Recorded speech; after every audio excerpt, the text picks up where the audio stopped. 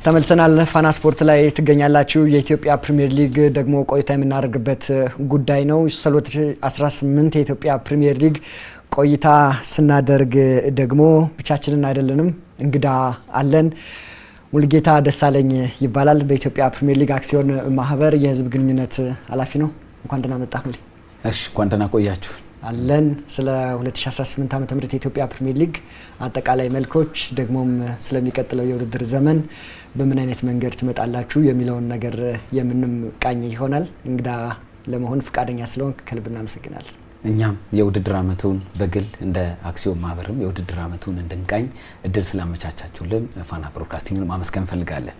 መልካም ጥያቄን የምጀምረው የዘንድሮ የውድድር አመት ለየት ያለ ነው። ከዚህ ቀደም በፕሪሚየር ሊግ ተሳትፎ ታሪክ በተለይም ደግሞ በኢትዮጵያ ፕሪሚየር ሊግ አክሲዮን ማህበር ስር 20 ክለቦች የተሳተፉበት የመጀመሪያ ውድድር ነው። መቼም 20 ክለቦችን በተለያዩ ስታዲየሞች መምራት መቻል ትንሽ ፈተናው ከፍ ያለ ይሆናል ብዬ አስባለሁ። እናንተ የዘንድሮውን የውድድር አመት እንዴት ትመለከቱታላችሁ? ደግሞ አዲስ ሻምፒዮን ተገኝቶበታል።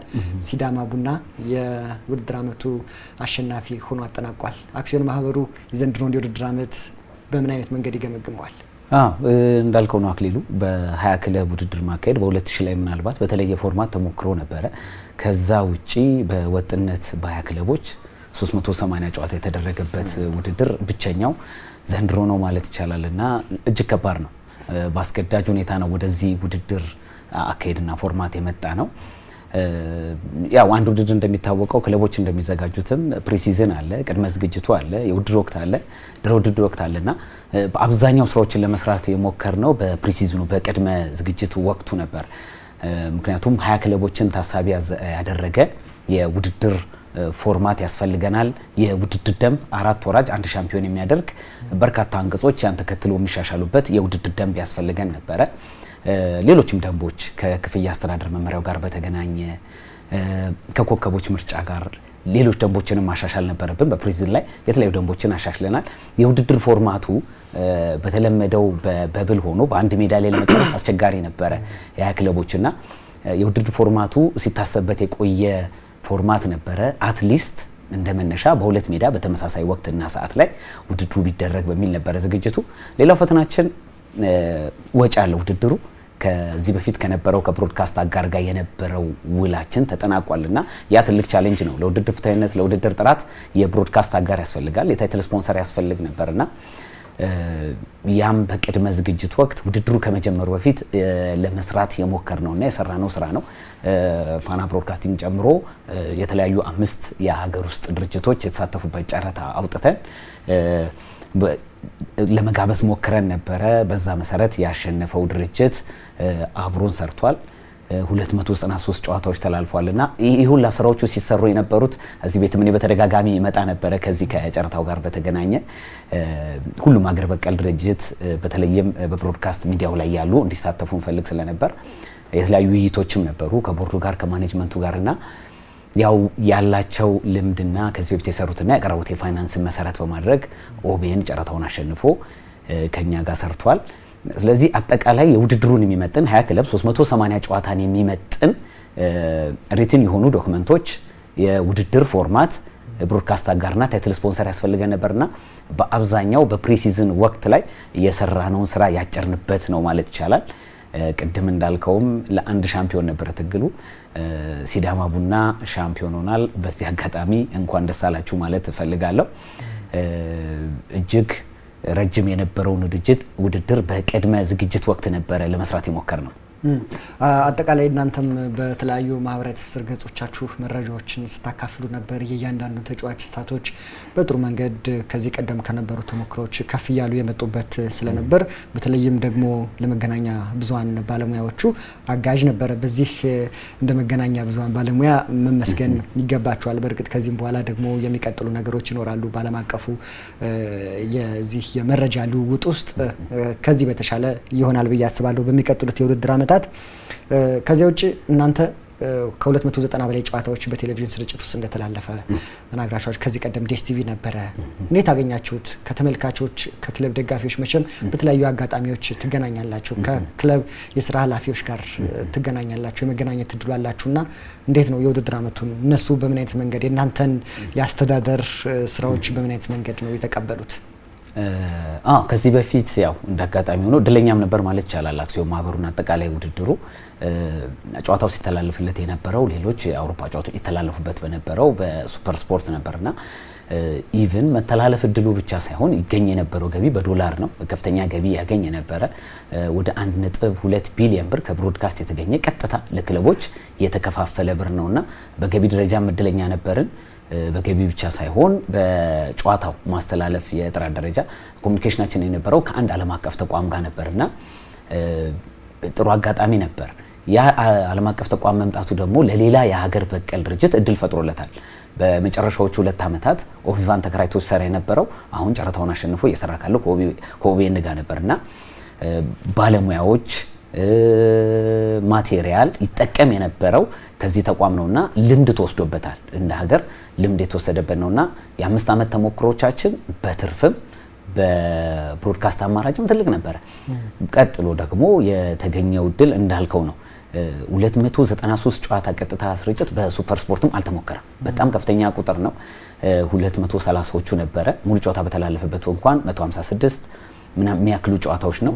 67 ጨዋታ የተላለፈበትም አመት አለና አጠቃላይ 380 ጨዋታዎች ዩቲዩብ ላይ አሉ።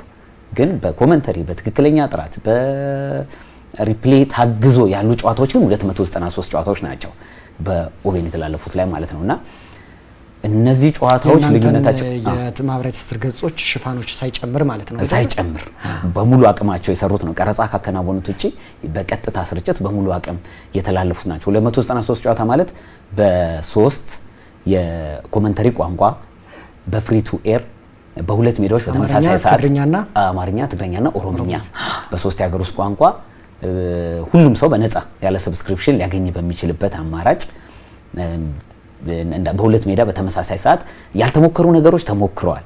ማለት ለሌላውም ቤንችማርክ ሊሆን በሚችል መንገድ ያልተሞከሩ ነገሮች ተሞክረዋል። በተመሳሳይ ጨዋታ አይታሰብም ነበረ። ያው ሁሉም ጨዋታ ዩቲዩብ ላይ ይገኛል ስል በኦቤን የተላለፉት በተመሳሳይ በአክሲዮን ማህበሩ ተቀርጾ ያሉ ጨዋታዎችም 380 ጨዋታዎች ማንም ሰው ማግኘት ይችላል። ቅድም እንደውም አክሊል ስትል የነበረ መረጃዎችን መስጠት ዊክሊ ማጋዚን አለ ሙሉ ስታቱ ከላይናፕ ጀምሮ ምን ያህል ደቂቃ ተጫወቱ ምን ያህል ተሰለፉ የሚለውን ዊክሊ ማጋዚን አለ። እዚህ ዊክሊ ማጋዚን ላይ ምን ተጨመረበት? ብሮድካስት ተጨመረበት። ይሄ ደግሞ ተደማምሮ ምናልባት ከምስራቅ አፍሪካ የመጀመሪያ በሚያደርገው ደረጃ የትራንስፈር ማርኬት ላይ ሊጉ ገብቷልና 10 ሀገራት ይመስሉኛል ከአፍሪካ ያሉት እዛ ትራንስፈር ማርኬት ሲስተሙ ላይ ተጫዋቾቻችን ዋጋ እየወጣላቸው ነው ማለት ነው። እዚህ አሁን ላይ ማንም ዓለም አቀፍ ተቋም ማንም ስካውት አሰልጣኝ የተጫዋቾቻችን ፕሮፋይል ለማየት ትራንስፈር ማርኬት ላይ በቀላሉ ማግኘት ይችላል። ምን ያክል ደቂቃ ተጫወተ፣ ምን ያክል ግቦችን አስቆጠረ፣ ምን ያክል ለግብ የሆኑ ኳሶችን አመሻሽቶ አቀበሉ፣ የብን ዲሲፕሊኖችን ሁሉ ማግኘት ይችላል። እውነት ነው። ሁለቱ እኛ የምንሰጠው መረጃ አለ። ከዚህ በተጨማሪ ደግሞ ጨዋታ የቀጥታ ስርጭት ሲያገኝ ዳታ የሚሞሉ አካላት አይቸገሩም። ዳታው ካለ ደግሞ የተጫዋችን ዋጋ ማውጣት በጣም ቀላል ነው። ምን ያህል ደቂቃ ተጫውቷል፣ ምን ያህል ፐርፎርም አድርጓል በስታት ተመልክቶ የእድሜ ጉዳይ እንዳለ ሆኖ ማለት ነውና የትራንስፈር ማርኬት ላይ ገብቷል። ስለዚህ እድል ፈጥሯል ሲስተም። ኳሱ በዛ ልክ አድጓል ለማለት ሳይሆን አጠቃላይ ግን ሲስተሙ ክሬት ተደርጓል። ተጫዋቾቻችን አሁን ላይ ዋጋ ወጥቶላቸዋል። ያሬድ ባየ ስንት ነው ያለው፣ ወገን የገዛኝ ስንት ነው የሚለውን ቼክ ማድረግ ይቻላልና በቀላሉ ሰርች የምናደርግበት አንድ እድል ፈጥሮልናል። 1990 ላይ ኢትዮጵያ ፕሪሚየር ሊግ ሲጀምር ትንሽ ክለቦች ነበረ በውድድር የጀመሩት። እስከ መጨረሻው በአብዛኛው በጥቂት ክለቦች ነበር ሲደረግ የነበረው። እንደውም 14 ክለቦች ሲሆን በጣም በዛም የተባለበትን ዘመን እናስታውሳለን። እና ጥቂት ጨዋታዎች ነበር የሚደረጉት። አብዛኛው አዲስ አበባ ላይ ነበር የሚደረጉት። አሁን ሐዋሳና አዳማ 20 ክለቦችን ውድድር እያደረጋችሁ ትገኛላችሁ። ለንጽጽር ግን እንዲያመቸኝ ከዚህ በፊት 16 ክለቦችን ጋር ነበር ውድድር ስታደርጉ የነበሩት። ምን አይነት ነገር አገኛችሁት? ፈተናውስ ምን ነበረ? ከ16 ክለብ ወደ 20 ክለብ ሲሸጋገር የነበሩት ሂደቶች ቀላል አይሆኑም። መቼስ የጨዋታ ብዛት አለ፣ ብዙ ነገሮች አሉ፣ ከብሮድካስት ከሌሎችም ጋር የተያዙ ብዙ ጉዳዮች አሉ። የሜዳውም ጉዳይ ብዙ ነገሮች ሊነሱ ይችላሉ። ግን ምን ይመስላል ይሄ ልዩነቱን ለማወቅ ፈልጌ ነበር። ከ16 ወደ 20 ከፍ ስትሉ የነበረው ዲፈረንስ ምን እንደነበር ትሩፋትም ካለው ያው አኮሞዴሽን ከባድ ትሩፋት ካለው ለተሳታፊ ክለቦች በውድድሩ በነጥብ ዝቅ ብለው ኦር ደግሞ በቅጣት ወርደው ከነበረ በኋላ ለተመለሱ ክለቦች ነው ትሩፋት ይኖራል ብዬ የማስበው እንጂ በኢትዮጵያ የኢኮኖሚ ማህበራዊ እና እግር ኳሳዊ አቅም 16 ራሱ ብዙ ነው። ከዚህ በፊት የጠና ሪሰርች ነበረ በ14 ክለብ ምርጥ ውድድር ጥሩ ፉክክር ያለበት የተጫዋች ብቃት የሚታይበት ሳይመልትነስ ደግሞ ሌሎች ውድድሮች እየተደረጉ ቢሆን የሚመከረው 14 ነው። 16 ግን ቅድም ሚልኪያስ እንዳልከው በ16 ክለቦች እኛም አንድ አመት በ13 አድርገናል በአስገዳጅ ሁኔታ። ከዛ ውጪ በ16 ክለብ ነው ውድድሩን ስናደርግ የነበረውና ጥሩ ነው ተብሎ አይመከርም። ምክንያቱም በ20 ክለብ ውድድር ማድረግ ማለት አንደኛ የክለቦቻችንን አቅም ይፈታተናል። ክለቦች ለኤክስትራ ወጪ ነው የሚዳረጉት። አመቱን ሲያቅዱ 20 ማለት ትርፍ ጨዋታዎች አሉ። እነዛ ትርፍ ጨዋታዎች በቂ ሜዳ የለም፣ ያንን ማስተናገድ የሚችል በቂ የልምምድ ሜዳ የለም። የክለቦቻችን አቅም በጣም ውስን ነው። በክለብ ላይሰንሲንግ የምናያቸው ናቸውና በእነዚህ ፈተናዎች ውስጥ ሆኖ አወዳዳሪው አካልም የሚፈተንበት ነውና እንዳጋጣሚ ሆኖ ዘንድሮ የመተላለፍ እድል ስላገኘ በርካታ ጨዋታዎች በአጋርነት አግዘውን የመተላለፍ እድል ስላገኘ ነው እንጂ ውድድር ፍትሃዊነት ላይም ተጽዕኖ ያደርጋል። እነዚህ በዛ ያሉ ጨዋታዎችን በሁለት ሜዳ አድርገን በተመሳሳይ ሰዓት ለመቆጠብ መሞከርን እንጂ ጥራት ያለው ውድድር ለማድረግ ብዛቱ ብዙ ማተር አያደርግም። 4 ወራጅ አለ ማለት የሚፈጥረው ፍትጊያ አለ። ዘንድሮ እንዳየነው እኮ የቴብሉን እንዳየነው ከፍተኛ ግብ አስቆጣሪዎች እንዳየነው በጣም ጥራት አለው ብለን አፋችንን ሞላ። ፈርዘር ሪሰርች ይፈልጋል። ጥራት ያለው ውድድር ነው ግን ማለት አንችልምና ጥራት ያለው ውድድር ለማድረግ የክለቦቹ ማነስ ወሳኝ ነው። የትኛው ሜዳ ላይ ልክ ዝናብ ዘንቦ ውድድር ሲቋረጥ ለማካሄድ ችግር ነው። እንዳጋጣሚ ዘንድሮ ጥቅም 8 ባቀርነው ጀምረን በሰኔ 28 ጨርሰናል ውድድሩ። ግን ሰኔ ላይ ያለውን ውድድር በርካታ እንግርግጭ ይገጥመዋል። በቃ ፈታኝ ነውና በአስገዳጅ መንገድ ነው። ግን እየቀነስን ወደዛ እንመለሳለን። 4 ወራጅ አለ 18 ክለብ ይሆናል ከሁለት ታዳጊ ጋር። በቀጣይ ዓመትም እንግዲህ 2019 ላይ ከ18ቱ 4 ወራጅ ሆነና ወደ 16 እንመለሳለን ማለት ነውና 2020 ላይ ወደ 2020 ላይ በ16 ክለብ በምቹ ውድድር ለማድረግ እንሞክራለን። ግን እኛ እንትን አንልም። የክለቦቹን ቁጥር የሚመጥን የጨዋታውን ብዛት የሚመጥን ግን የውድድር ፎርማትና ባህሪ ተከትለን ጥረት ስለምናደርግ ነው እንጂ ልክ በብል ሱፐር ስፖርት ድሮ እንደሚለው በብል ፎርማት ወይ ደግሞ ይሄ ክላስተር የሚባለው በአንድ የተወሰነ ቦታ ላይ ክለቦች ቆይታ ሁሌ አድርገው ውድድር ማድረጋቸው አይመከርም። ኔጌቲቭ ሳይድ አለው። ሚኒ ሪሰርችም ለመስራት ተሞክሮ ነበረ። ምንድነው ይሄ ፕሮስ ኤንድ ኮንሱ ምንድነው? እነዚህ ክለቦች በአንድ ቦታ ተሰብስበው ውድድር ማድረጋቸው የተወሰነ አድቫንቴጅ ሊኖረው ይችላል። ሁሉ ነገር ጉዳት የለውም። ከእንቅስቃሴ ይቀንሳሉ ምናምን እሱ ሊኖር ይችላል። ነገር ግን የትሬኒንግ ቦታዎች እጥረት አለ። የልምምድ ቦታዎች በበቂ አያገኙም። የአንዱን ትሬኒንግ ሌላው የሚያይበት በተመሳሳይ ኢንቫይሮንመንት ላይ ልክ የቶርናመንት ባህሪ ባለው ውድድር ነው የሚወዳደሩት። ፉክክሩን ያደበዝዘዋል። አጠቃላይ እግር ኳሳዊ መንፈሱን ደጋፊውን አያገኙትም። ከደጋፊ ይርቃሉ። የደጋፊ ድጋፍም አያገኙም። በተመሳሳይ ፋይናንሻል ድጋፍም ከማርኬቲንግ ሊያገኙት የሚያችሉትም ድጋፍ ይቀንሳልና የውድድር ኳሊቲን ያወርዳል። ክለቦች ባነሱ ቁጥር ግን ጥራት ያለው ውድድር ለማድረግ አመቺ እና እንዴት ነው አሁን ቀጣይ 2019 የውድድር ዘመን በ18 ክለቦች መካከል ነው የሚደረገው። በተለያዩ የኢትዮጵያ ክፍሎች የሚገኙ ክለቦች አሉ። ሀላባ አዲስ ተቀላቅሏል። እንደዚሁም ደግሞ በዚህ ደግሞ ጎንደር ላይ ፋሲል አለ፣ ባህር ዳር፣ ትግራይ ላይ ወልዋሎ ዓዲግራት ዩኒቨርሲቲ አለ። ሀገሪቱ ያለችበት ሁኔታዎች አሉ። ስቴዲየሞች ደግሞ ጨዋታዎችን የማስተናገድ አቅማቸው ይታያል። አዲስ አበባ እንደዚሁም ደግሞ ሌሎች ክልሎች ላይ ያሉ ክለቦች አሉ። ደቡብ ክልል ጨምሮ ደቡብ ኢትዮጵያ አካባቢ ያለውን ጨምሮ ማለት ነው። በየትኛው ቅርጽ በየትኛው መንገድ ነው አሁን ከዚህ በኋላ በአንድ ከተማ ካምፕ እየተደረገ ነው የሚቀጥለው? ደግሞ ዘንድሮ በደጋፊዎች ቲኬት እየቆረጡ የገቡባቸው ጨዋታዎች አሉ። በሆነ ያክል ሳንቲም ይገኝበታል አይደለ? ከስቴዲየም ገቢ ያን ያክል ገቢውን ከፍ እያረኩት ሳይሆን ያው አንድ ክለብ በሰፊ ድጋፍ ባለበት ለምሳሌ ሐዋሳ እና ሲዳማ ሐዋሳ ከተማ ሲጫወቱ ሐዋሳ ስቴዲየም ላይ ሲጫወቱ የሚኖረው ገቢ ይኖራል። የአዲስ አበባ ክለቦች እነ ቡና፣ ቅዱስ ጊዮርጊስ ደግሞ አዲስ አበባ ስቴዲየም ወይ አበበ ቢቂላ ስቴዲየም ሲጫወቱ የሚኖረውን ያክል ማለት ነው። እና እንዴት ነው የሚቀጥለው? የሚቀጥለው የውድድር ዓመት ክለቦችን እየተመለከተ እንደሆነ አውቃለሁ። የኢትዮጵያ ፕሪሚየር ሊግ አክሲዮን ማህበር የአላባም ስቴዲየም ከምልከታው ውስጥ አንዱ ነውና አዳዲስ ስቴዲየሞችን በሚቀጥለው ዓመት እናያለን። ድሬዳዋ ስቴዲየም እንዳማራጭ አለ። ደግሞ ድሬዳዋ ከተማ ከሊጉ ወርዷል። እንዴት ነው ቢደረገው? እርሱን ማወቅ የሚቻል ከሆነ ከጥቅሙ ስንነሳ ቅድም እንዳልኩ አክሊል በደጋፊ ፊት በቀረበ ሜዳ ውድድር ስታደርግ አሁን የዘንድሮ ተሞክሮቻችን የሸገር ደርቢ ላይ የተገኘው ደጋፊ ቁጥርም ብሩም ከፍተኛ ነው። ክለቦቹ ካገኙበት እስከ 20 ሺህ የሚደርስ ደጋፊ የሚገኝበት በገቢ ደረጃ 2.2 ሚሊዮን ብር ከአንድ ጨዋታ የሚገኝበት ነው። በተመሳሳይ ደግሞ ሐዋሳ ከሲዳማ ቡና ሲጫወቱ ሮዷ ደርቢ ላይ በደጋፊ ቁጥርም በገቢ ደረጃም ከፍተኛ ነውና እነዚህ ማይነር ማሳያዎች ናቸው። ክለቦች ወደ ደጋፊዎቻቸው ቀርበው ሲጫወቱ እግር ኳሱ ጣዕም ይኖረዋል። ተጫዋቹ ተነሳሽነት ኖሮት ይጫወታል። ድባቡም ቀላል አይደለምና በቂ መነሻዎች አሉ። የበፊት ተሞክሮችን ትተን ዘንድሮ ላይ ካለን ብዬ ነው። ከኮቪድ በኋላ የፖስት ኮቪድ በነበረ ወቅት ላይ ደጋፊ ቁጥር መግባት ከጀመረ በኋላ በፊት ላይ አሜዚንግ የሆኑ የስታዲየም ድባቦች፣ ቁጥሮች፣ የተጫዋች ተነሳሽነት አይተናል። ሌትሊ እነዚህ የሚያሳዩት መቅረብ እንዳለብን ነው። የሀገሪቱን እግር ኳስ እድገት ኦር የሊጉን እድገት የምንመኝ ከሆነ መቅረብ አለብን። የተወሰነ ጥናት ተደርጓል። ይሄ በብል ፎርማት ካለው የመንገዶቻችን ሁኔታ ተጓጉዞ ለመጫወት ምን ያህል ምቹ ነው፣ ከሴኩሪቲ ከምን ከሌሎችም አንጻር ምን ምቹ ነበረው፣ ግን ደግሞ ወዴት ያስኬደናል የሚለው የተወሰነ ሪሰርች ተሰርቷል። ክለቦችን መጠየቅ ተበትኖላቸው ይሄ ችግር ነበረብን ከመጓጓዣ አንጻር፣ ከክለብ ውጤታማነት፣ ከገቢ አንጻር የሚለውን ሪያክት አድርገዋል። የዓለም አቀፍ ተሞክሮችም ታይተዋል። የአፍሪካ ሊጎች በምን አይነት ፎርማት ውድድሮቻቸውን ያደርጋሉ። በተመሳሳይ እኛ ባንደርስባቸውም የአውሮፓ ክለባት በሲንግል ሮቢን አድርገው የሚያጠናቀቁ ሀገራት አሉ።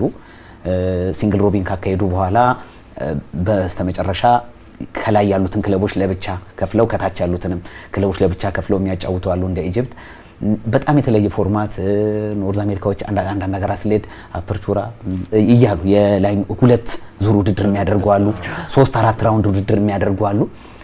ከኢትዮጵያ ጂኦግራፊያዊ አቀማመጥ ከኢትዮጵያ ክለቦች ኢኮኖሚያዊ አቅም አንጻር እንዲሁ ፖለቲካዊ ሴትልመንታችን አንጻር የኢትዮጵያ እግር ኳስ ፌዴሬሽን ይህን ፎርማት በታችኛው የሊግ እርከኖች ሲጠቀምባቸው እንመለከታለን። ይከተላል። እውነት ነው። ቀደም ባለው ዓመታት ላይ እንደዛ ነበር። ለምሳሌ አዲሱ የኢትዮጵያ ፕሪሚየር ሊግ ቅርጽ ከመያዙ በፊት 80ዎቹ ላይ አዲስ አበባ ክለብ ሻምፒዮን አለ፣ ሌሎች ክለብ ሻምፒዮኖችም አለ። እነዛ አሸናፊዎች መጥተው ነው የአሸናፊዎች አሸናፊ ውድድር ተብሎ መጨረሻ ላይ ዋንጫ የሚያነሳውና እውነት ነው። ምናልባት ከወጪ አንጻር ለምሳሌ ኦሮሚያ ክልል ውስጥ ያለ ኦሮሚያ ላይ እዛው ጨርሶ መምጣት የሚችል ቢሆን አዲስ አበባ ላይ እንደነዚህ አይነት ነገሮች ከወጪም አንጻር ከመቆጠብ አንጻር የተሻለ ነገር ሊሆን አጠቃላይ ያነሳዋቸው ምንድነው እንዳልከው ከኢትዮጵያ ሻምፒዮና ጀምሮ ከ90ዎቹ ፕሪሚየር ሊግ መባል ከጀመረበት ጀምሮ የነበረው ፎርማት ያለፉት 7 ዓመታትን ጨምሮ በአንድ ቦታ ተቀምጠው የሚያደርጉትን ዓለም አቀፍ ውስጥ ምን አስገዳጅ ሁኔታ ሲያጋጥም ምን ይከተላሉ፣ ጎረቤት ሀገራትን ጨምሮ ምን ይከተላሉ የሚለውን ያው መዳሰሱን ለማሳየት ነው። ከዛ በኋላ ግን አሁን ያለው ተጨማሪ ነገር ምንድነው ቃል መግባት የምንችለው አዳዲስ ሜዳዎች ውድድር ያዘጋጃሉ። በእርግጠኝነት የተጎበኙ ጉብኝት ተደርጎባቸዋል አዳዲስ ሜዳዎች። ፎርማቱ ይሄ ነው ብሎ አሁን አስረግጦ መናገር ባይቻልም በእርግጠኝነት ከ3 ሜዳ በላይ 3 እና ከ3 ሜዳ በላይ ውድድር እናደርጋለን። እነማን እንደሆኑ የሚታወቅ ነገር አለ። የተጎበኙትን ሜዳዎች ምክንያቱም የሚጎበኙ አካል ሄዶ ጎብኝቷቸዋል። አሁን ከዚህ በፊት ውድድር የምናደርግበት አዲስ አበባ ስቴዲየም፣ አዳማ፣ ሐዋሳ ምንም ጉብኝት ያልተደረገበትን ጨምሮ ሊጉን ለማካሄድ አትሊስት አንድ ክለብ ሆስት ሲቲ መኖር መቻል አለበት። ባህር ዳር ለሚቀጥለው ዓመት ዝግጁ ይሆናል ተብሎ ይጠበቃል። ቴንክ ዩ። አሁን ካልኩት ከሶስቱ ውጪ ሶስቱ ማለት ውድድር እያደረግንባቸው ያሉት ናቸው። አዲስ አበባ የተጎበኙትን ደግሞ ስንመጣ ባህር ዳር እንዳልከው፣ አርባ ምንጭ፣ ሀላባ፣ ሀዲያ ጉብኝት የተደረገባቸው ሜዳዎች ናቸው። አብየር ሳሙ ማለት ነው አይደል? አብየር ሳሙ ሜዳ የሀዲያ አብየር ሳሙ ሜዳ አለ። የሀላባ ኢንተርናሽናል ሜዳ በቅርብ ጊዜ ያለቀው አለ። የአርባ ምንጭ ደግሞ የዩኒቨርሲቲው ሜዳ የአባያ ሜዳ አለ። ከዛ ውጭ ደግሞ የባህር ዳር ሜዳ ምንም መግለጽ የማያስፈልገው ደረጃውን የጠበቀ ሜዳ ነውና እነዚህ 4 ሜዳዎች ላይ የቴክኒክ ባለሙያ ከቦርዱ ጋር ሆኖ ሄዶ ገምጎ እርሊ መጀመር ስላለበት ነው። ቅድም እንዳልነው የውድድር ፎርማቱ እርሊ መገለጽ ስላለበት ከዝውውር መስኮቱ እኩል መገለጽ ስላለበት ሜዳዎች አሰስ ተደርገው አቅማችን አሰስ ተደርጎ በቀጣይ በምናሳውቀው ፎርማት ላይ አዳዲስ ሜዳዎች በእርግጠኝነት ይኖራሉ። ትንሽ ደግሞ ዘንድሮ ካደረግነው ፒውር ሆም ኤንድ አዌይ ቢሆን ሁላችንም ደስ ይለናል። የትራዲሽናል ሆም ኤንድ አዌይ አሁንም ውድድራችን እኛ የምናምነው ሆም ኤንድ አዌይ ነው። ምክንያቱም ሁለት ዙር ውድድር ያደርጋሉ። ሆም ኤንድ አዌይ በሚል ሁለት ዙር ውድድር ያደርጋሉ። ዴፊኒሽኑ ያ ነው ኢዝሊ። ግን ፒውር ሆም ኤንድ አዌይ ለመሆን በሆም ክለባቸው ላይ በአዌይ ሲወጡ ደግሞ የሚጫወቱበት እድል መፈጠር ስላለበት እሱን ያሟላለው ማለት አንችልምና እነዚህ ሜዳዎች ተጨምረውበት ወደ ፒውር ሆም ኤንድ አዌይ የተጠጋ ቢቻል ሆም ኤንድ አዌይ ለማድረግ ነው ዝግጅቱ። መልካም ክቡራን ተመልካቾቻችን ከኢትዮጵያ ፕሪሚየር ሊግ አክሲዮን ማህበር የህዝብ ግንኙነት ኃላፊ ሙልጌታ ደሳለኝ ጋር ቆይታ እያደረግን እንገኛለን። ፋና ስፖርት አጋሮች አሉት። የአጋሮችን መልእክት ተከታትሎ ሲመለስ አሁን ስለ ስቴዲየም ጉዳይ ያነሳን ነው፣ እንቀጥልበታለን። ሌሎች ተጨማሪ ጉዳዮችም አሉ። ከኛ ጋር ቆይታችሁን ስለምታደርጉ ግን ከልብ እናመሰግናለን።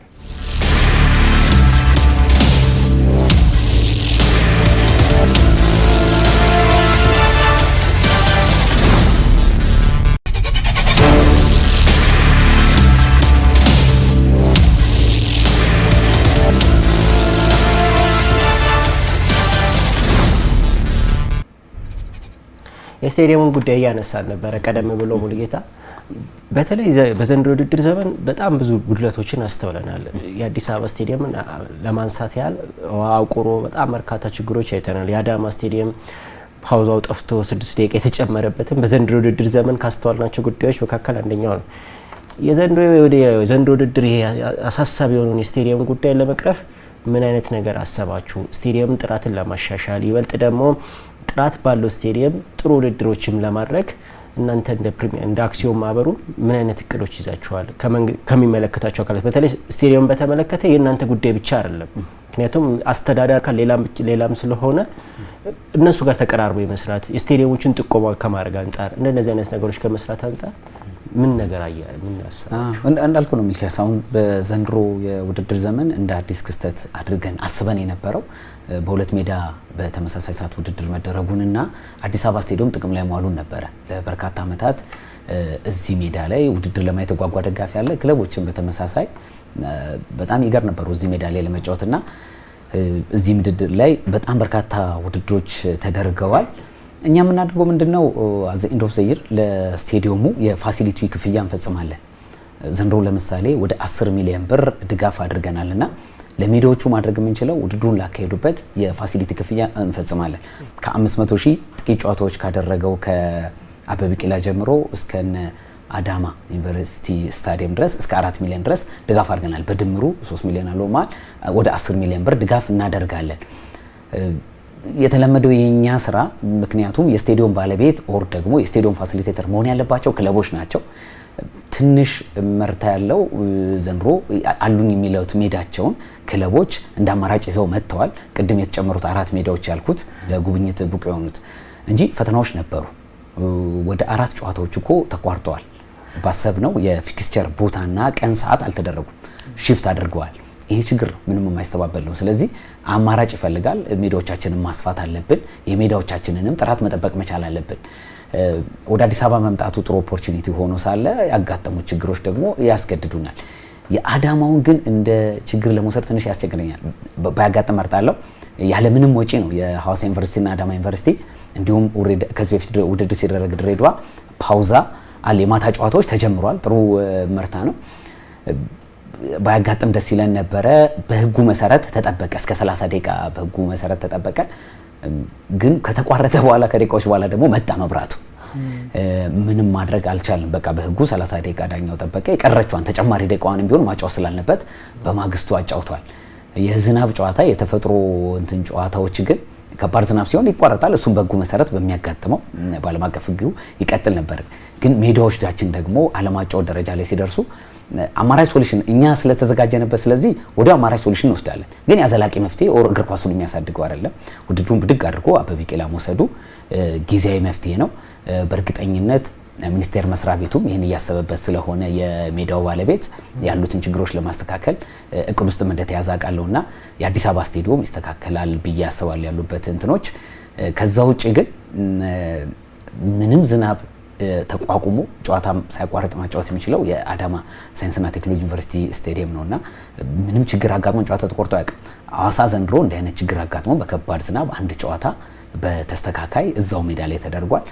ከዛ ውጪ ከዚህ በፊት ይገጥሙን ከነበረው አንጻር ስናየው አነስተኛ ነው። ይገጥመን ከነበረው በጣም በርካታ ጨዋታዎች ይዘዋወሩ ነበር። ኢቭን የውድድር ሜዳ ነቅለን ሄድንባቸው ብዙ ጊዜያት ነበሩ። ሐዋሳ ላይ ሊካሄድ የነበረ ውድድር ወደ ድሬዳዋ ሽፍት አድርጎ ያውቃልና እንዲህ አይነት የሜዳ አማራጮችን እንወስድ ነበር። ያ ማለት አዘጋጅ ከተማ ወይም አወዳዳሪው አካል ሜዳ ስለሚያዘጋጅ ነው። አሁን እሱ በሚያዘጋጅላቸው ውድድር ልክ እንደ ዓለም ዋንጫ እንደ አፍሪካ ዋንጫ በቶርናመንት መሰል ኦር በብልባል ነው በዛ ውድድሩ ስለሚደረግ ነው። አሁን ክለቦች እንዲሰሩ ፎሎ አፕ ጀምረናል። የኢትዮጵያ እግር ኳስ ፌዴሬሽንም በክሎፕ አማካኝነት የውድድር ሜዳ ብቻ ሲሆን የልምምድ ሜዳ ላይ እንዲሰሩ ያስገድዳል። ፎሎ አፕም እያደረገ ነው።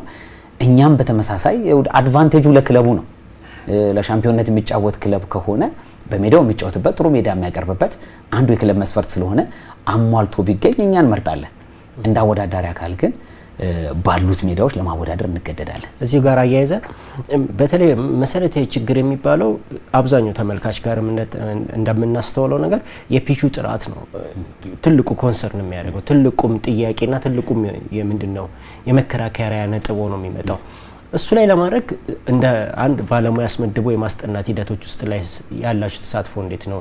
ሁለተኛ ነገር እንደነዚህ አይነት ስቴዲየሞች ሲመረጡ ለምሳሌ አዳማው ብቁ ሆኖ አይደለም በአንጻራዊነት ይሻላል ብለን አስበነው ነው እንጂ አሁንም ቢሆን በርካታ ውድድሮች ነው የሚደረጉበት። ለምሳሌ የወጣቶች ሻምፒዮና ተደርጎበታል፣ ፕሪሚየር ሊግ ተደርጎበታል።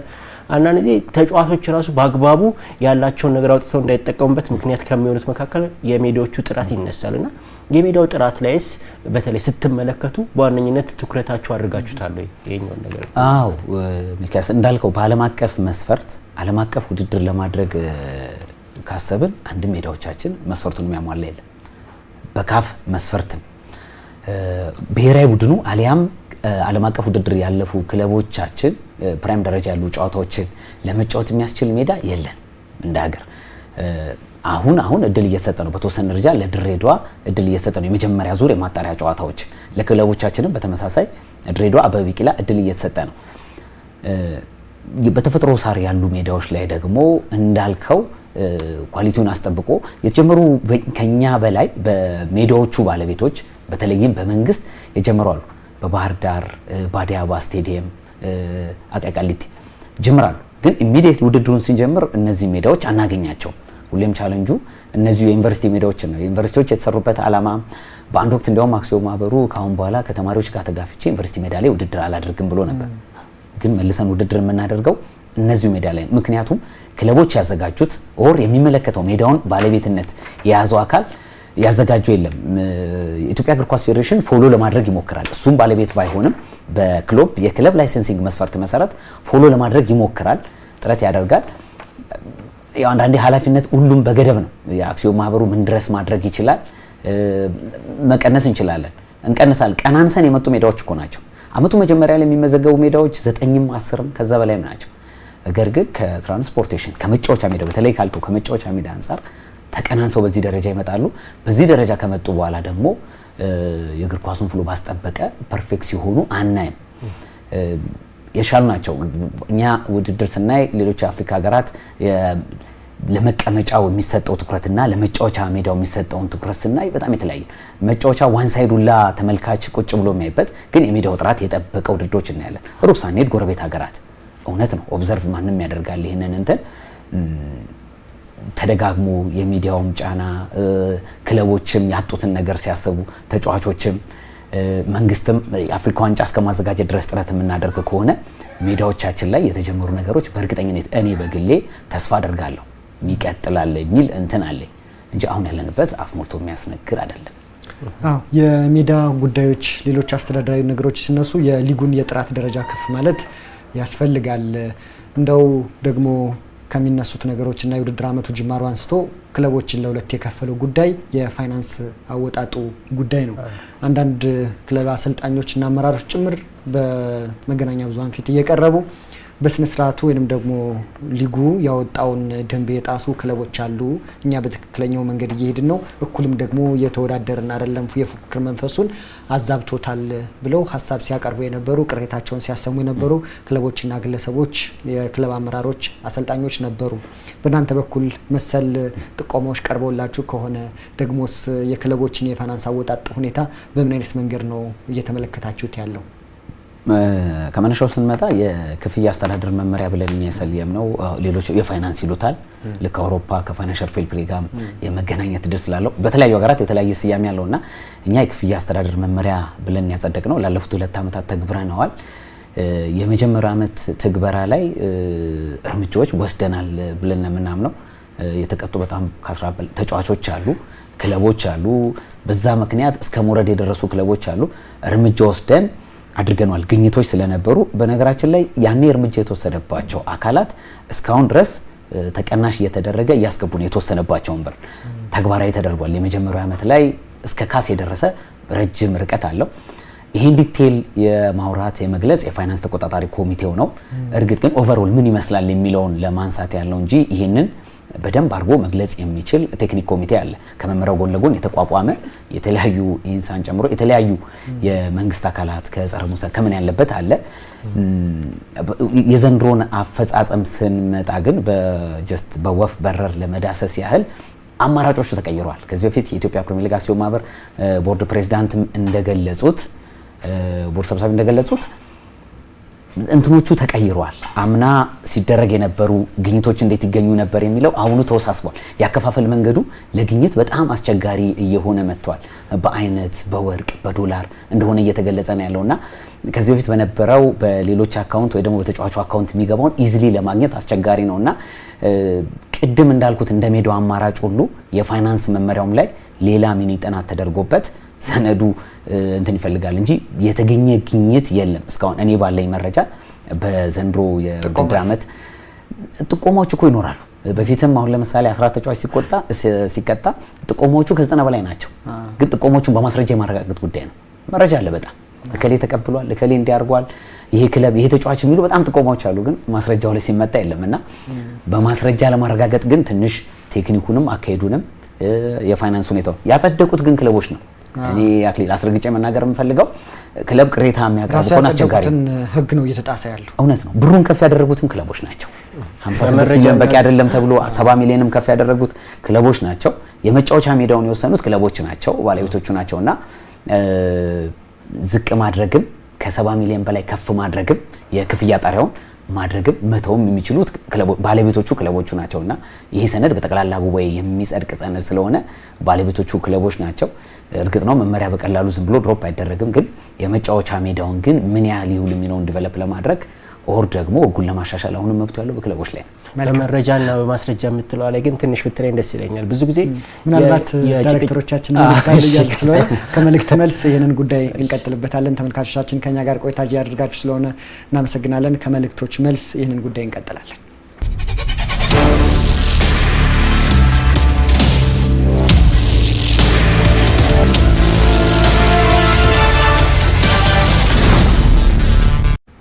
የፋይናንስ አወጣጥን በተመለከተ እያወራን እንገኛለን።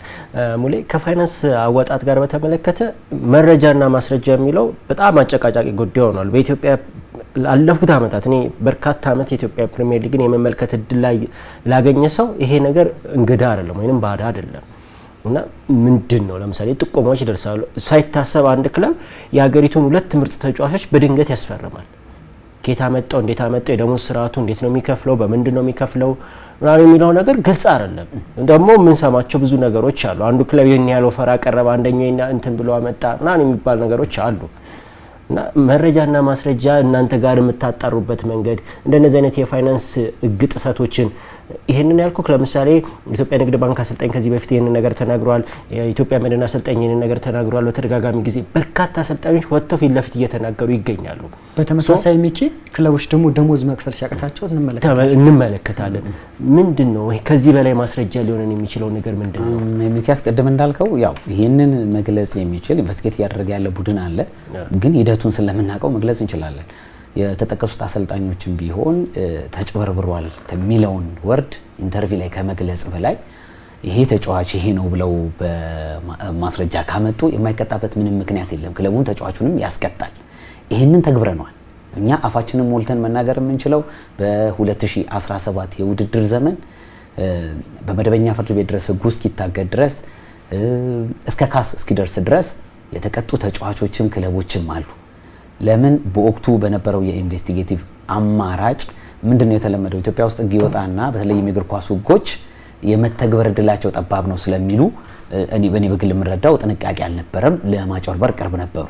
ያንን በቀላሉ ይገኛል። አካውንቱ ላይ የገባ ይመረምራል። ቅድመ ክፍያ ተቀብሏል ወይ፣ አካውንቱ ላይ ሌላ ብር ተገኝቷል ወይ የሚለውን በዛ መሰረት ነው ቅጣቶች ሲተላለፉ የነበረው። አሁን ላይ ስንመጣ ተቀይሯል። ቅድም እንዳልኩት የኛ የበላይ አመራሮችም ገልጸውታል። እንዳልኩት ሲስተሙ ተቀይሯል።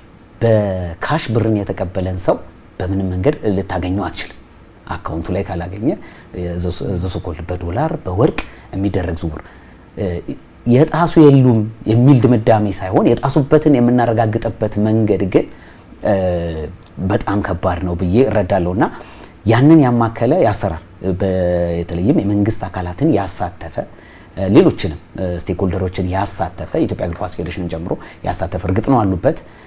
በርካታ የመንግስት የኢንቨስቲጌቲቭ ተቋማት አሉበት፣ የፌዴራል ፖሊስን ጨምሮ አሉበት።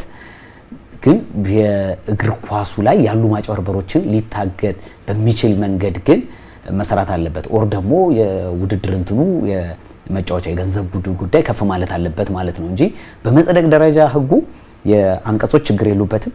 በማጽደቅ ሂደትም ላይ ክለቦች ተስማምተው ነው በእጅ ብልጫ የጸደቀ እንትን ነውና ለማግኘት ኢትዮጵያ እንትን ላይ ኦፍ ኮርስ ሌሎች አፍሪካ ሀገራትም ላይ እንደሚፈትን እንረዳለሁ። የተለያየ ፋይናንስ ኢምፕሊኬሽን አላቸው። ጥናት አድርገው ግን አክሲዮን ማህበሩ ፋይናንስ መመሪያው ላይም ልክ እንደ ውድድር ሜዳ አዲስ ነገር ይዞ ይመጣል ብዬ ተስፋ አድርጋለሁ። ያለውን በተወሰነ መንገድ አሻሽሎ ያመጣል ብዬ ተስፋ አድርጋለሁ። የፕሪሚየር ሊጉ አሁንም ቀደም ሲል ታነሳቸው የነበሩት ነገሮች፣ ፈተናዎች፣ መልካም ሁኔታዎች ደግሞ ከባለፉት ዓመታት የተሻሻሉ የመጡ ደግሞ ወደፊት ደግሞ ለመሻሻል ተስፋ ያላቸው ጉዳዮች አሉ። አንደኛው ቀደም ሲል ስናነሳ የነበረው በትራንስፈር ማርኬት የተጫዋቾችን ስታት ከማስገባት ክለቦች ደግሞ ከዚህ በተሻለ ጠንካራ ተፎካካሪ ሆኖ ለመቅረብ አህጉራዊ መድረክ ላይ ስኬታማ ለመሆን የሚደረጉ የሀገር ቤት የፉክክር መጠኖች ይወስኑታል። በእናንተ በኩል አንደኛው የሊጉን የጥራት ደረጃ ማሳደግ ከዳኝነት ስርዓቱ ጋር ይገናኛል። በርካታ ሚሊዮን ብሮች ናቸው ፈሰስ የሚደረጉት። እንደሚታወቀው ከእናንተም በፊት ወይም ደግሞ አክሲዮን ማህበሩ ከመቋቋሙ በፊት ከተቋቋመም በኋላ በእርግጥ የዲኤስቲቪ ስምምነት በኋላ ክለቦች ትንሽ የሚያገኙት ገንዘብ ከፍ ያለ ነው። ዘንድሮ ደግሞ የተፈጸመ ክፍያ አለ እና ዳኝነቱ በስነ ስርዓቱ በፍትሃዊ መንገድ ካልተመራ ይህን ሁሉ ገደል ይዞት ነው የሚገባው። ወጪና ገቢ የማይመጣጠንበት ዘመን ላይ ነው ያለ ነውና የአክሲዮን ማህበሩ ከኢትዮጵያ እግር ኳስ ፌዴሬሽን ስር ካለው የዳኞች ኮሚቴ ጋር አብሮ በትብብር ይሰራል። የራሱ የሆነ መዋቅር ስላለው ማለት ነው። እንደውም በአንዳንድ አጋጣሚዎች ላይ የቫር የሚመስሉ ውሳኔዎችን የተመለከትንባቸው ጨዋታዎች አሉ።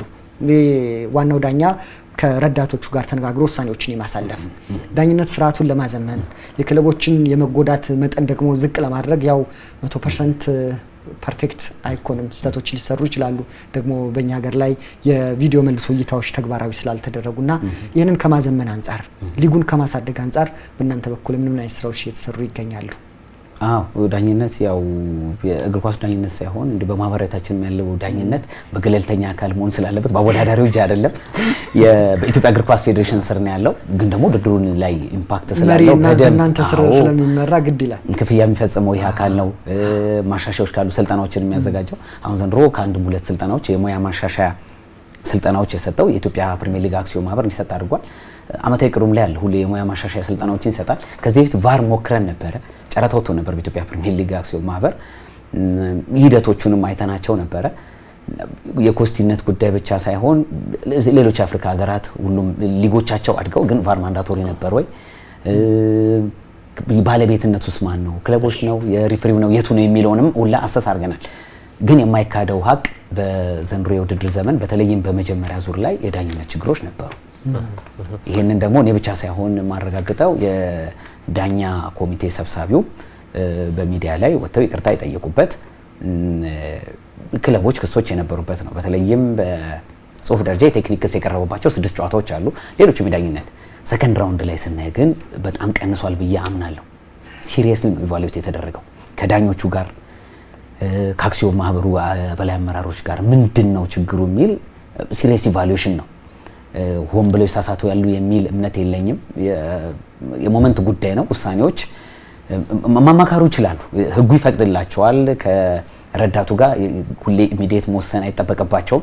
ከረዳቱም ጋር ከአራተኛ ዳኛውም ጋር መማከር ይችላሉ። ግን ምስል እንዳንሆን አላዩ ስክሪኑን አይቷሉላ የሚሉ አካላት ስክሪን ሰው ተማክረው የወሰኑት ውሳኔ አለ። የህጉ ይፈቅድላቸዋል። አራተኛው ዳኛ የዋናውን ዳኛ ውሳኔ እስከ መቀልበስ ድረስ ደርሰዋል የሚሉ ይባሉ ስላሉ ህጉ ይፈቅዳል ነው ያግዘዋል ነው። አሁን እንትኑ ላይ ቀርቦ ያሉ ሞመንቶችንም አማክሮ መወሰን ይችላል። የአንደኛ ዳኛውን የአራተኛ ዳኛውን ሴሞሰርሽ ተጋግዘው ነው አራተኛ ዳኝነት ምን ያመጣል። ለሌሎች የዳኝነት ጊዜዎችስ እነዚህ አይነት ነገር ለምን ተግባራዊ አልሆነም? እንደዚህ ግልጽ የሆኑ ስህተቶች ሲሰሩ ለምን እንደባለፈው ጨዋታ እንደዚህ አላደረገም? የዕለቱ አርቢትር እሱ ጋርም አያይዘ የምታነሳልኝ በተለይ ሙሌ ከዳኝነት ምደባ ጋር በተያያዘ በጣም አጨቃጫቂ ሁኔታዎች አሉ። ለምሳሌ ኢትዮጵያ እግር ኳስ ፌዴሬሽን ሊሆን ይችላል ወይ ሊግ አስተዳዳሪ ካምፓኒ አንድን ዳኛ ካገደ በኋላ ግን ከሁለት ከሶስት ጨዋታ በኋላ እንደገና ያ ዳኛ ስህተት የሰራው ዳኛ ተመልሶ ይመጣል። በጣም ከባድ ስህተት የሰራ ዳኛ ማለት ነው። ለምሳሌ እንደ ምሳሌ የምናነሳው የቅዱስ ጊዮርጊስ ምሳሌ ማንሳት እንችላለን። በዘንድሮ ውድድር ዘመን ከዳኝነት ምደባ ጋር በተያያዘ ጫና አለ። ምንድን ነው አሁን በተለይ ለጭቅጭቅ መንስኤ ስለሆነ ማለት ነው። እኔ በእርግጠኝነት ያው በጎ ጎኑንም መጥፎ ጎኑንም ከዳኝነት ጋር የተያያዙትን ለማንሳት እኔ እንግዳውኝ እዚህ ቤት እንደመጣሁት ሁሉ የዳኛ ኮሚቴ አመራሮች መጥተው ዲቴል ውስጥ ገብተው ማውራት ይችላሉ። እኔ ውድድሩ ላይ እንደነበረ ሰው ሂደቱን ባወራው ነው የሚሆነውና ሰብሳቢ ምክንያቱም የሚመደበው አካል ይሄ አካል ስለምትገመገሙ የግምገማዎቻችሁን ውጤት ነው የምንፈልገው። ኢቫሉዌት ይደረጋል። ቅድም ላልኩት ፈርስት ራውንድ ላይ የነበረው ኢቫሉዌሽን ኮስተር ያለ ነበረ። እርምጃዎችም ተወስደዋል። ግን ምንድነው ቅድም ሚልኪያስ ካነሳው አንፃር ድሮ ዳኛ 6 ወር 3 ወር ይቀጣ ነበርና በተለይም ከካፍ ያሉ ሪኮሜንዴሽኖች ከባለሙያዎችም የመጡላቸውን ተቀብለው ዳኛን ቶታሊ ያጠፋል። እንዲህ አይነት የቅጣት መንገዶች የተወሰኑ ጨዋታ ይቀነስና እንዲመለስ ተደርጎ ድጋሚ ይመጣል። ጨዋታዎችን ነው የሚቀጣው እንጂ ቶታሊ ዳኛን የሚያጠፋ ኬር ነው ተብሎ ስለታመነ እንደተሻሻለ አውቃለሁ። እኔ በነበርኩበት ወቅት ላይ የመጀመሪያዎቹ ዓመታት በተለይም እኛ ማስረድ ከጀመርን 6 ወራት ይቀጡ ነበር። አሁን የወራት ቅጣት የለም። ከወራት ቅጣት በላይ ግን ይሄ ያልኳቸው የማች ሰስፔንሽን አይነት ነገሮች ይሄ ለጨዋታ አመራሮችም ተግባራዊ ይደረጋል። የጨዋታ ኮሚሽነርም እንዲህ አይነት ሚስቴኮች ከተገኙበት ምክንያቱም እኛ ዳይሬክት የምናዛቸው ከዳኞች በላይ የጨዋታ አመራሮችን ነው፣ ማች ኮሚሽነሮችን ነው በእኛ ስር ያሉት። ዳኞችን ግን የሚመድበው አካል ተመሳሳይ እርምጃ ይወስዳል። እኛ ጨዋታ አመራሮች ላይ ነው ሞሮፍ እርምጃ የምንወስደው፣ የጨዋታ ታዛቢዎች ላይ የጨዋታ አመራር እነሱን ያካትታል።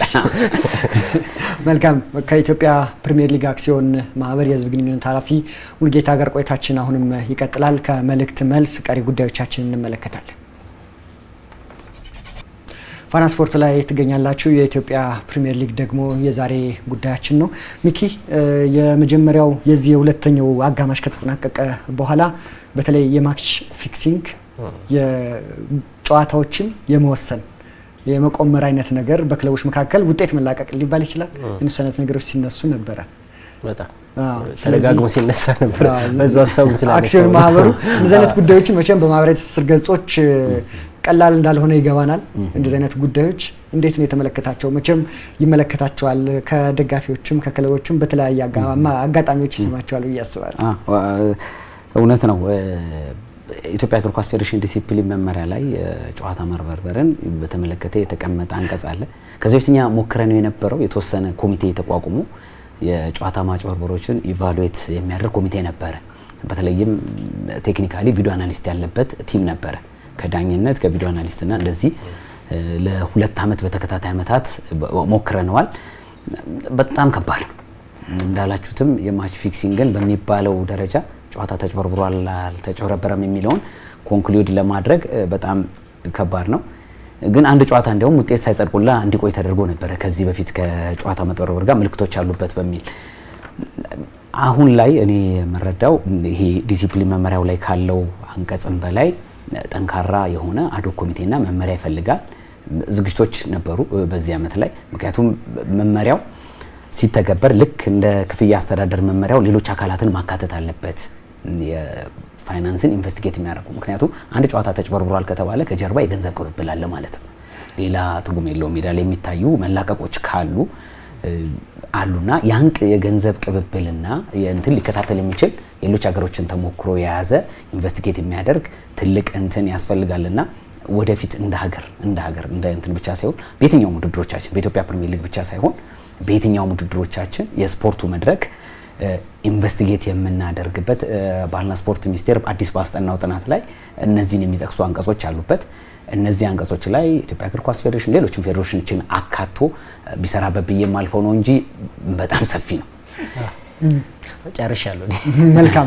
በሚቀጥለው የውድድር ዘመን ከኢትዮጵያ ፕሪሚየር ሊግ አክሲዮን ማህበር የተሻለ ፉክክር ደግሞ በ18 ክለቦች መካከል እናንተ ያሰባችኋቸውን የምታሳኩበት እንዲሆን እንመኛለን። ሙልጌታ ለዛሬ የፋና ስፖርት እንግዳችን ቆይታ ስላደረግ ስለ አጠቃላይ የውድድር አመቱ እና ስለ መጪዎቹ ጊዜያቶቻችሁ ሀሳብ ስላካፈልከን ደግሞም ከዚህ በኋላ በምናነሳቸው ርዕሰ ጉዳዮች ላይ ሀሳብን ስለምትሰጠን ከልብ እናመሰግናለን።